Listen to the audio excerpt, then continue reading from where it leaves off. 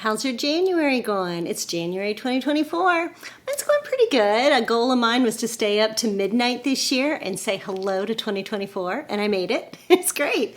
Well, this is the time of year when we think about the previous year and remember all of the ups and downs of the last year. So I want to share with you just a few highlights from 2023 to see what you guys can remember. Now, give a shout out if you know the answer. It's okay to make a little bit of noise if you recall some of these things. We'll start off in the sports world.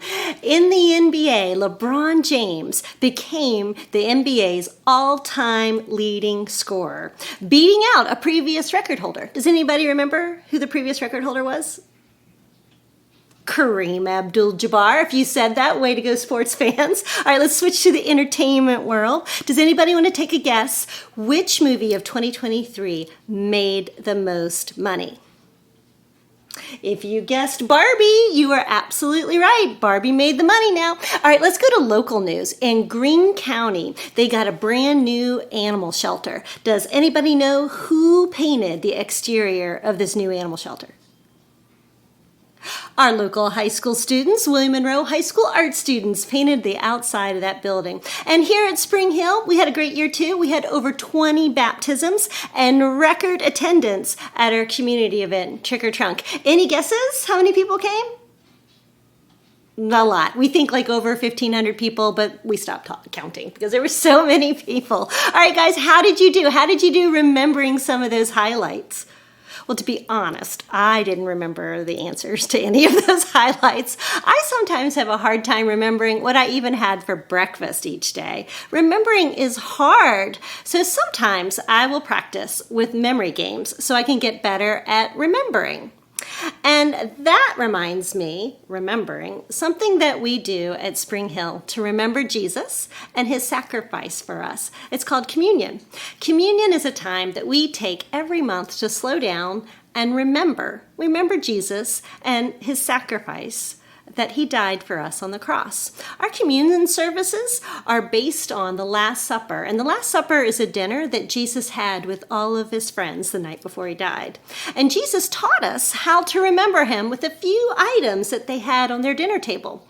But before we get to those items and how Jesus taught us to remember him, let's test to see how your memory is doing today.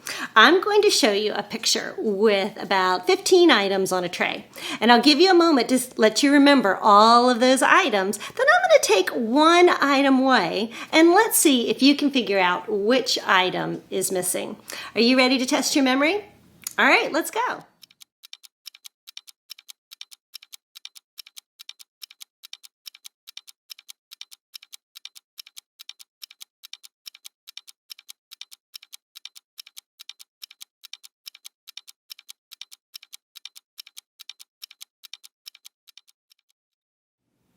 So do you know what was missing?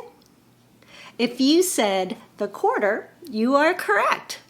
But remembering is hard, and Jesus knew that humans, as time passed since his sacrifice on the cross, it would be harder and harder for us to remember what he did. So Jesus gave us two things that are still on our tables today to help remember him: bread and the wine. And though we may not always have bread or wine on our tables, we usually do have something to eat and something to drink. There are plenty of times when it's popcorn for dinner around here. But the bread in the Last Supper represented Jesus' body, which was broken for us. And the wine represented his blood, which was poured out for us. And we are to remember that Jesus died for us so that we could have a forever relationship with God. Now that's something worth remembering, and not just once a month when you see a communion cup out. Maybe each time we gather around a table and we see something to eat or drink, or we pick up some takeout, it's a good time to remember Jesus and what he did for us, and we can thank Jesus for his sacrifice. So here's your challenge this week. Remember Jesus. When you grab that snack or run through the drive-thru or sit down for a meal, remember Jesus and his sacrifice and just how much God loves you. And your second challenge this week, try a memory game at home. See how your memory stacks up against your family and let me know how it goes. Have a great week, friends.